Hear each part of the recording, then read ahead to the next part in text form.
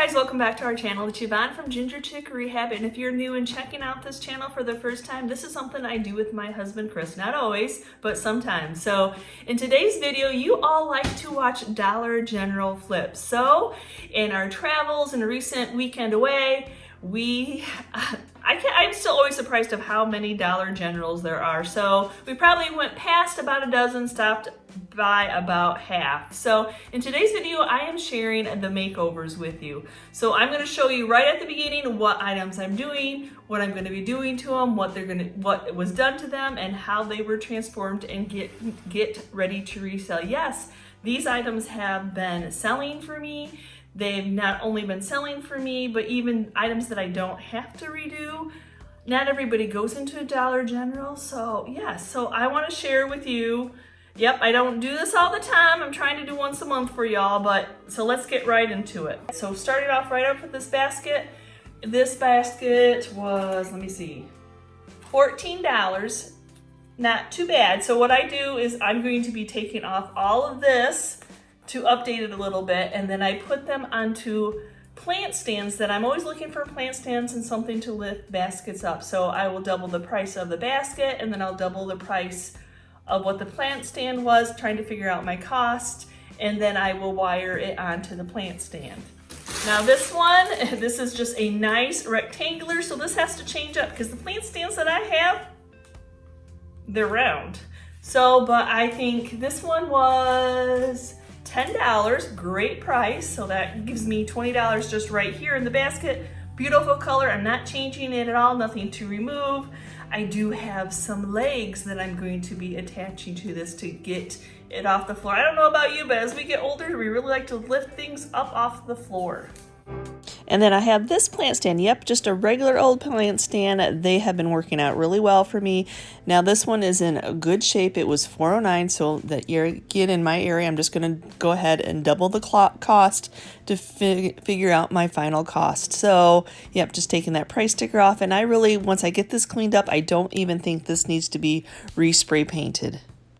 Now, personally, I think this is a beautiful basket, but I don't really think these are the best accents for this bag. So I'm just going to go ahead and snip all these. They're just tied in with some jute. So when I was looking at them in the store, I was trying to see how I could take them apart and if it was possible that I would not hurt the basket underneath. So just snipping them off from the outer. That way I'm not accidentally snipping the basket, and then I can pull them out from the inside.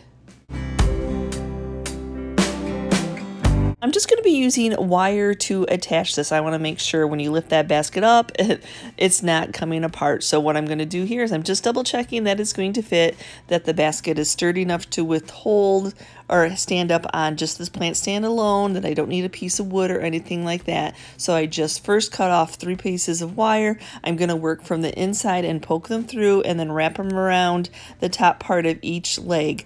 But I'll also go back in and then hit 3 more of the sides too to make sure that this is good and secure, because since it doesn't have a handle and it's something that sits on the ground, I know people will just be lifting it up from the basket itself, so I want to make sure that it's nice and secure and that you're not ripping that basket. Now for the second basket, I'm going to need a piece of wood, and I just randomly have this cutting board that I tried that wood burning on that I didn't think went so well. So it's kind of been in a hoard because it's a piece of wood and I'm not going to throw it away. I knew that I could use it on something, and that is a perfect fit for the bottom of this basket.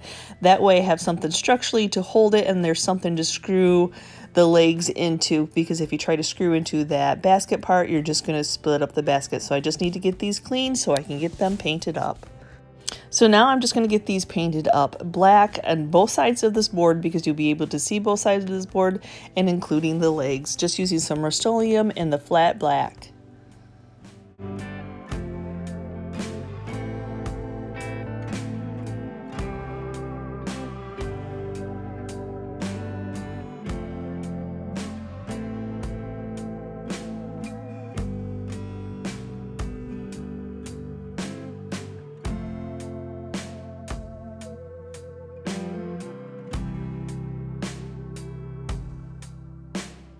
And I'm also going to be using these screws and these washers to help attach that base to the basket, so that way, yet again, so I don't crack that basket part by trying to screw into it. Then to protect that black that I spray painted on, I'm just using some polycrylic as a top coat, and I will be painting both sides of that board black. Now Chris is just taking some measurements on how big these legs are, so that way he knows where to drill the holes on the boards to pre-drill them, so that one, that does not split the wood, and that two, that all your legs are, well, pretty much centered.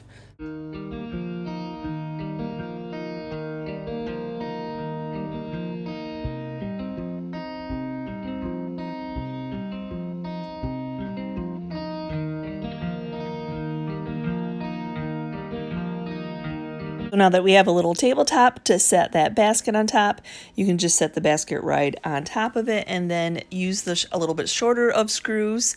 If you notice, the screws that went into the legs were long, that way, you know, if it has any pressure, it really stays in there. And so, yep, just a little bit shorter of screws, and those washers, see how you can hit in the middle of a hole, and then that way you're not ruining the basket itself if it wants to be detached, and also it's nice and sturdy. So my next Dollar General find were these canisters, these jars, these storage bins. Oh my gosh, nice. So it's got a nice seal on it. It's a nice lid.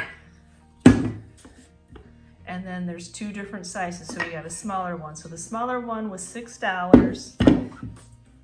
And then the larger one was $7. If you notice, they did kind of have a haze on these, probably just a manufacturer's thing. So I'm just getting them cleaned up with some hot water and some Dawn dish soap, and hopefully that'll get rid of that haze. So if you watched my rolling pin where I printed out some vintage labels from Etsy and took some photos and attached them to the rolling pins, that's exactly what I'm going to be doing with these today. So I'm just going into Etsy. I'm looking for some labels that have something to do with canisters or something that is appealing to me. So I'm just showing you a few of the little options, but I will have the links down below of what I did use. And yes, there's a little bit of a purchase. It's a digital download that will always be there for your computer for you to use them, and as long as you give the person credit for using them, you can resell them. You just can't resell their images. So now I've got my lint rollers holding my canister so it does not roll away from me. Two stickies really definitely help. So whatever you can use so that your round object doesn't roll. So my first one right off the bat, I'm going to go ahead and do the sugar. So now I printed it out on two different, like the plain white, or then I used my antiquing paper that I had purchased off of Amazon, trying to get a feel for what I wanted for these canisters. But I definitely liked it printed off the white a little bit better. So now I'm just going to go ahead and cut out that label, making sure that I cut out off the white part. So part of this video, if you watched the hoard, the stash, where a viewer was so kind to give me a whole bunch of her items that she was not going to be using anymore, was this Mod Podge. So I thought, you know, it says it's good for exterior use, and the chances of these getting wet, I've never actually purchased it myself, so I thought, what a perfectly opportunity to use it on these canister set. I'm just going to be applying a thin layer of this on the back of this piece of paper and then attaching it to the jar. Since these labels are almost the perfect size for the front of it, it's pretty easy to eyeball if it's crooked or not. Now I'm going to set this off to the side and let that layer of Mod Podge dry first. If I put it over the top of it now, I find that a lot of times that's where it gets a lot of wrinkles, and I want this to be more flat, not as wrinkly. So I'm going to let that dry first before sealing the top in. I'm just going to take a wet wipe and make sure that I got any of the excess Mod Podge cleaned off of the glass. Now for my next label, I'm doing a flower. Now there's many to choose from. You just have to decide what you like personally. So I'm just keeping that basic canister set of sugar and flour. And so, yep, same thing, just cutting that out, making sure that I have all the white cut off so it looks like a label.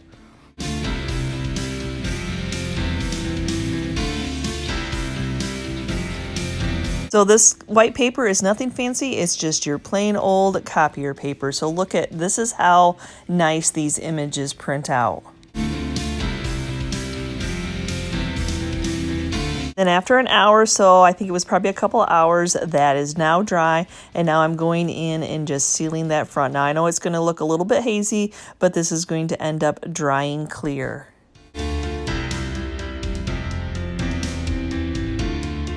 My hopes were that these lids would match, but I don't personally like it. So I'm going to go ahead and spray them up just like I did that basket's legs. But the only difference is after I got them sealed and that polycrylic dry, I'm going in and doing a little bit of distress and a little bit of antiquing. So I'm just taking some 220 sandpaper around those edges, just getting down to that wood. That kind of will make that vintage vibe of that label and this vintage of the lid tie in together. Then I'll take some fine grit steel wool and open up all that polycrylic that I put on there to seal in that paint, because yes, I'm going to be applying some antiquing wax on the top of that. That definitely is going to tie the brown of the label in with this black of the lid. Okay, so for the next Dollar General makeover, we're going to do, look at this. It's just a piece of marble. Now they labeled it as a marble trivet. And I think we can make a riser out of this. The first thing I need to do is remove the label, the price tag, and along with the sticky pads on the side. So I'm just going to my heat gun, definitely for this marble, that'll heat it up and release that sticky. So sometimes it does leave a little bit of sticky residue behind. So as you see, I spilled my Goo Gone bottle from the Dollar Tree store. But so I've got plenty on here to wipe that sticky residue off. So I would have needed to clean this piece anyway. I'm just using Superclean today to clean all these items. And yes, I definitely need to make sure that I get that oil off of that. When I saw these in the Dollar General store, I was like, oh, I know that I have these 2 candlesticks. Remember years ago that maybe they still sell those ginormous 3-week candles. There's a lot of bases that come in the thrift store for these items, which are perfect for riser bases. So they have they're shorter, they can hold a lot of weight. So these were perfect. So $4.09 for the 2 of them, $6 for that. This is actually probably the most cost efficient one that I'm doing, because once I got them cleaned up, I'm like, oh, I like that color. Oh, there's no damage to these, just the dust of me having them in our hoard in our workshop. Yep, they're in our workshop and they get really dusty. So it's not that I thrifted them that way. They just have been sitting around waiting for the perfect item to use this on, and they are solid wood. So just once I got these cleaned up, I'm like, I just need to glue on these onto the base, and voila, I have a riser. So now, knowing that marble is it's heavy, so I'm going to be using some Gorilla Glue along with the Starbond CA glue. The Starbond CA glue is going to give that quick hold, and then for a little bit extra, because the marble again is so heavy, I'm going to be using the Gorilla Glue. So I'm just trying to eyeball where I think center is, and I'm going to be attaching the glue to the candlestick part all around the edges. So I'm going to go in with that Gorilla Glue first, and then after I get that all applied, and yes, I do have a color tube twister on my Gorilla Glue bottle. Hey, why not? I'm a retired hairdresser and I had them left over, so they come in perfect for this. When I'm spraying the accelerator, I'm going to be spraying the marble itself, and that way that once that accelerator starts and touches the glue, you have only 15 seconds. So that's why you have to eyeball where your center was, and then I'm going to be pressing it down. But I'm also going to be putting a gallon jug of paint on this and making sure that it's good and adhered to each other. Okay, so what do we have for the next Dollar General flip? I know you've been looking at these. Now these are some metal trays. Yes, they do have, it's a paper, like a vinyl in there. Now the bigger one was $10. And then the smaller one, it didn't have a tag, and so she gave it to me for $5. I don't know. So let's see what we can do with these. After getting these cleaned up with the Superclean, removing the tag that was left on, letting them dry, what I'm going to be doing with this paper, I need to assess this paper because I'm not quite sure how I'm going to finish the inside right off the bat. But I find it's easier just to go ahead and do a couple coats of shellac. That way it stiffens up that paper. I don't usually have too much problem if I'm going to go and stencil it or anything like that, but if I just go in with my regular spray paint, it just doesn't seem to seal that paper in, and this vinyl, this paper is on there, so it's way too much work for the cost of flipping an item like this to try to remove it. So I found it's better just to seal it in with shellac. So for me, I am a fan of black if you are new to our channel. So I'm going to with some more Rust-Oleum in the flat black, the paint and primer, and spraying both sides of these. But before flipping it to the other side, yet again, I will be sealing it in with a top coat, some Polycrylic in the satin or matte finish, whichever one you can find nowadays, to seal that paint in. Just because you spray painted an item does not mean that it is a finished coat. You need something to protect that paint underneath. So unfortunately, some of that did kind of bubble, so I wasn't really happy with how that turned out. Usually it does not, but you never know how an item that you're trying to flip is going to react. So Chris is measuring it because he's going to be cutting out a piece of wood for insert to put into these trays. So this is a handy tool that you can pick up that helps you do your circles. So it has those two metal pieces there. You do your halfway point. That way, yep, you can cut a circle. So the other piece of metal goes into this point. It sticks into your wood. Then you take a pencil on the other and then you trace your circle around. That way you have your guide of doing your circle. You can freehand if you want or cut out a stencil, but this is definitely a very handy tool for cutting circles. Now he's just going to go over with that piece of wood to the bandsaw and cut out that circle, just trying to stay on his pencil mark or just a little bit.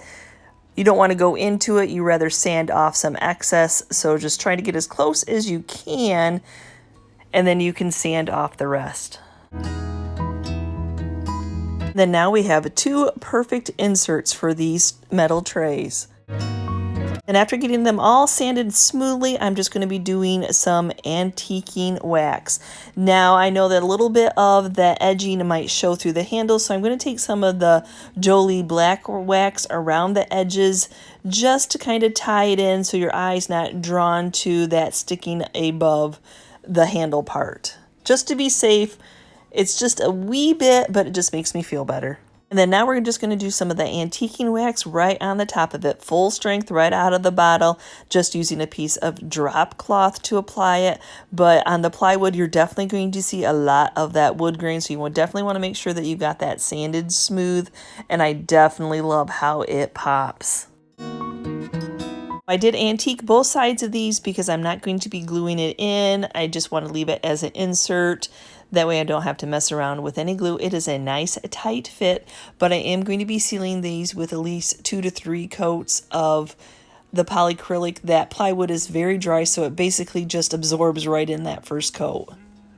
So next in our lineup are this cute little stool. I've actually done this stool before. It is $5, which is basically what Goodwill sells them for. So yes, I'm not even going to sand it. It's a little bit of wood with some pressed MDF board, and then we'll put some kind of a stencil on top of it just to bling it up a little bit. I always laugh and wonder, does Dollar General know that we YouTubers flip their items? Because how many tags can you put on a item for $5?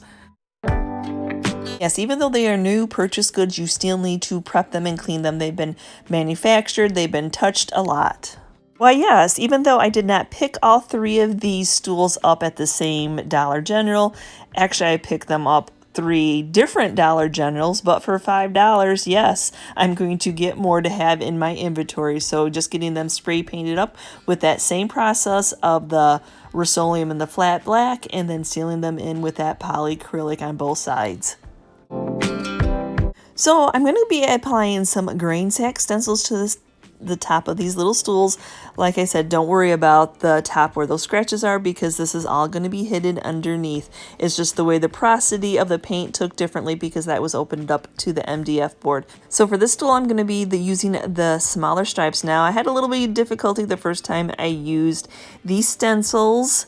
I just tried to freehand it, and yes, you do see red in my hand, and I did a dresser that had some red tones in it, and then I did another little regular size stool that had red in it, and they are been good sellers for us. But to attach the stencil down, I'm going to be using some tacky spray, some repositional spray to help so that that grain sack stripes does not move around on me. I'm going to be using a stencil brush to apply the red paint to this. Now you want to do that dry technique where there's just a little bit of paint on this. Now I believe this brush is my one from the Dollar Tree store. That it does work, but sooner or later there's not going to be any bristles left because they do fall out really easily. But to achieve the red color that I want so it pops through this black, I might have to add multiple coats. So I definitely wanted to make sure that this is not a lot of paint on and that the stencil is good and adhered on there. So I did end up doing one more coat because you can see that it's not quite red enough. I want to make sure that my paint is dry, so I'm just using the assistance of the heat gun to make sure it's dry because I'm going to be putting another stencil on top of these red stripes. The JRV crockery stamps are a perfect fit for these little stools, and I'll have everything I use and where I purchase them down in my description box below. And I did so I could see what the stencil was. I just did it on some copier paper so I knew for myself what I had. But I want to make sure that I'm going to be applying paint over the red, and I know red likes to make pink sometimes, so I went ahead and sprayed that in before doing the stencil. So now that that polyacrylic's dry, I can go ahead and stencil on there. And instead of using the white, which was okay, I'm going to try the mineral color a little bit on this stencil, just so it has a little bit more of an aged look. This stencil, I did not use the tacky spray to adhere it down. I'm just gingerly holding it, making sure that I have a soft touch, and I always have another hand holding it in place so that it doesn't slide.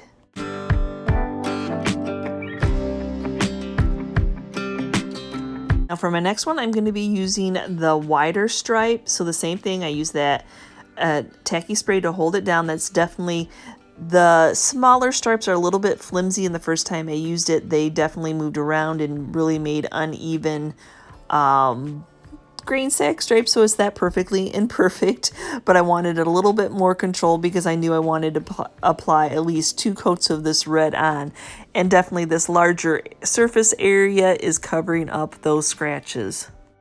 So for my third stool, I'm just going to go ahead and offset just the little stripings just on the side. I did some masking tape to cover up that middle section so I did not get it where I did not want. But for this one, because it's such a little bitty area, I'm just doing that makeup sponge from the Dollar Tree store. And there again, I'm camouflaging those scratches up with another one of the crockery stamps from JRV. So just a perfect little fit. This one just fits almost inside of those stripings. For this one, I did use the tacky spray because when I washed my stencil off before, you could see 2 of those little vellum pieces had lifted and they won't stay down. So the tacky spray definitely came in handy to make sure that those were laying flat.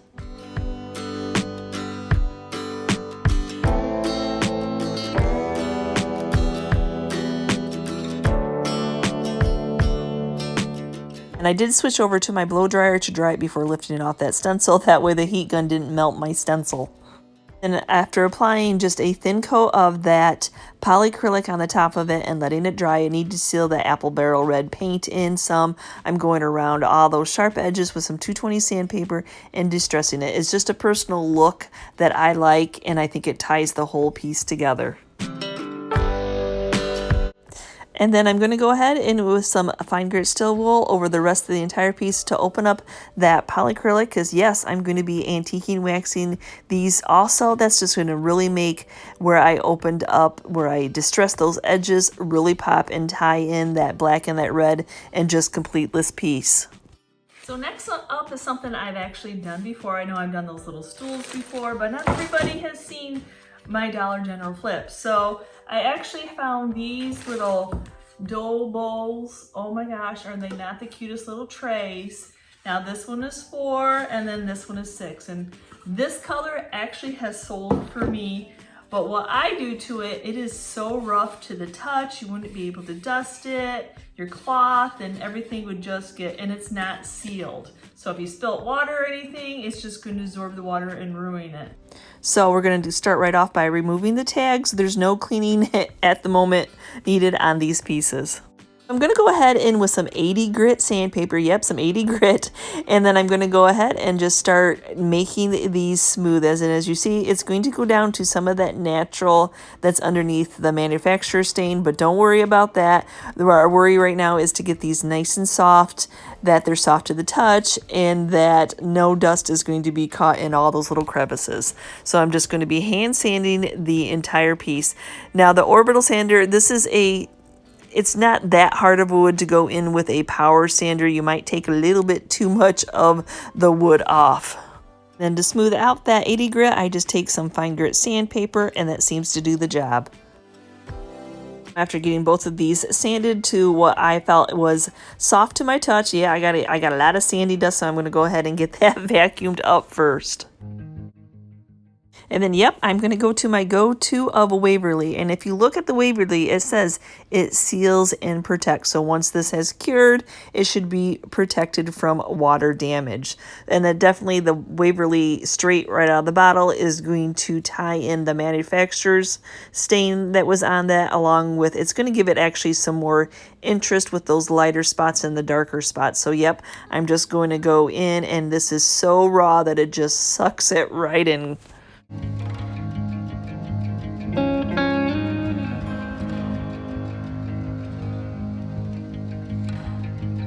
So as my pile is dwindling, I thought I'd get the camera a little bit closer. So now I found this, which is already super cute. It is a supply tin. It's not, I don't know. I think we're going into a little bit darker colors right now, so I'm not sure. And then you can't really see the supplies with what the color is. So I'm going to paint this one up, but keep these handles the same. It was $8. So yep, we're going to start right by removing any of those price tags, including that one that's on the bottom, using that heat gun. See how many tags they put on these things? This has a nice bottom to it, has those nice little padding. So what I'm going to do, I'm going to go ahead with the 2-inch Dollar General tape and protect that bottom. That way I don't have to worry about flipping and flopping both sides of this over to get that painted.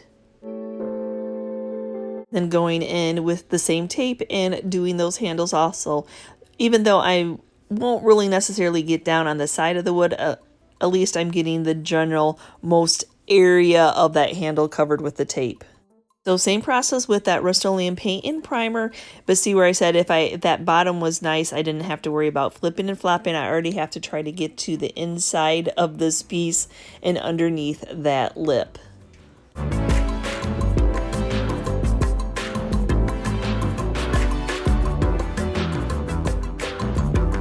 And after that is dry, I'm going in with that same polycrylic to seal that black paint in. So now I'm following that manufacturer's lead. I just wanted to make these letters pop more than that green did. So I'm just taking some 220 sandpaper, just my fingertip, just gingerly going in and just letting that sandpaper. I am trying to go in the same direction back and forth.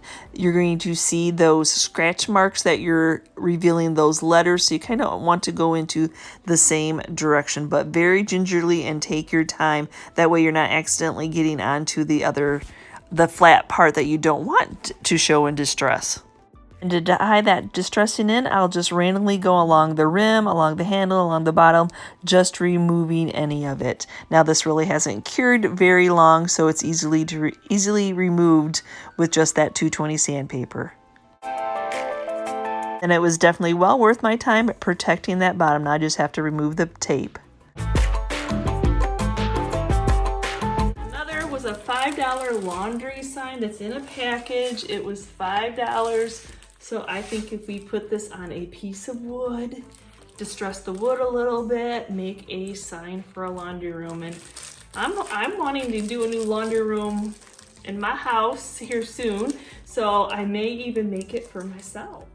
So one of the things I have been doing is working through my stash, working through items that have been sitting around. And unfortunately, yes, those signs I made when I first started the Ginger Chick, they sell for $9. I half priced them, still nobody wanted them.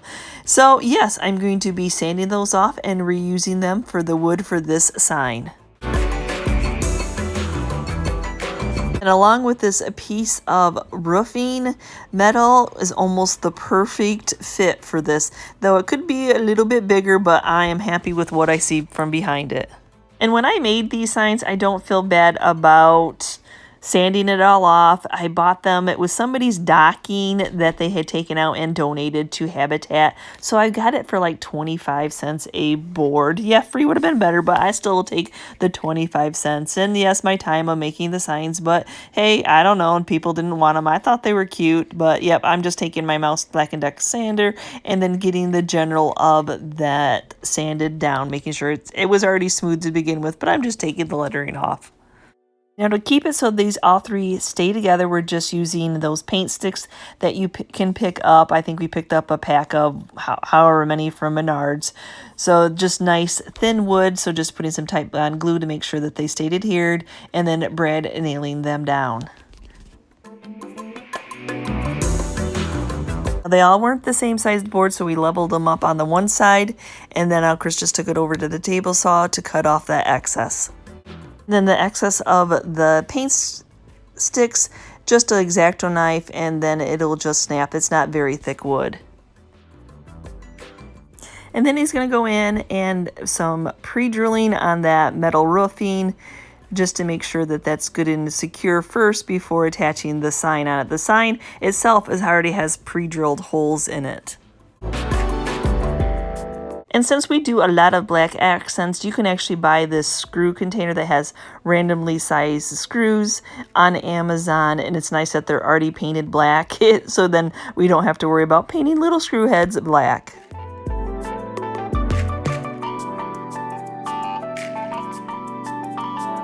Now, I thought I was going to like the distressed wood of this piece, but it was more yellow, and it really made that white of the sign stuck out. So I just went along and taped off that metal roofing, and now I'm just going in with the Waverly white paint, the chalk paint, and just touching all this area up, including the back, that way that it's just a nice clean surface. Since we already had the sign attached, I'm just going in with some Varathane finishing wax, something to seal that Waverly chalk paint in. Now to add a hanging system, the 3 boards make it pretty heavy along with that metal, so I like to use these eyelet hangers that I get off Amazon, a whole bunch in a pack, and some heavy gauged wire. Sometimes those little picture hangers that you just hammer in are not enough. You definitely have to check the weight of your item that you're going to be hanging.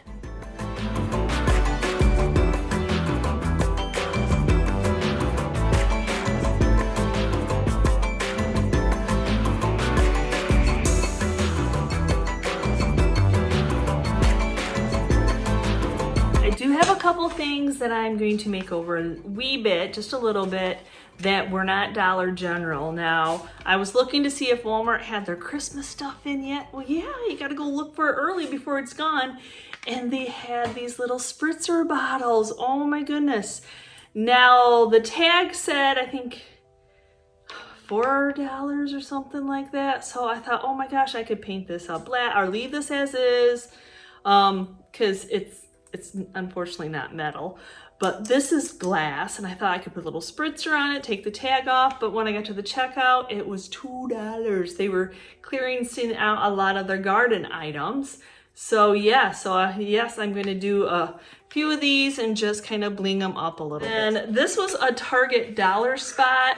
Just a little lazy Susan. I really thought that I was going to just vinyl out some lettering and just put these plain, but as I was searching for those labels for the canistry set, I ran across these labels, and I'm like, oh, God wink moment, yes, please, I definitely like those. Though they're a little bit larger than what the container is, that's okay. I think that I can cut them down to pieces and parts to fit in what I would like. So it's that same process as the canister set of cutting out all the white. I just printed them out on that plain copier paper, and so I'm just going in and cutting off first, and then I will gingerly work off areas, cutting off areas as I go, making sure what is visually pleasing to myself. So yes, I the bottom says something. I don't know. I really couldn't read what the bottom says, so I thought, well, that doesn't really matter. But it does give the top the name of what the plant is. So I definitely wanted to figure out how to adhere that on also. So I'm just cutting out that extra off there that I didn't need. Just keeping the labels kind of simple, but they're definitely a beautiful image.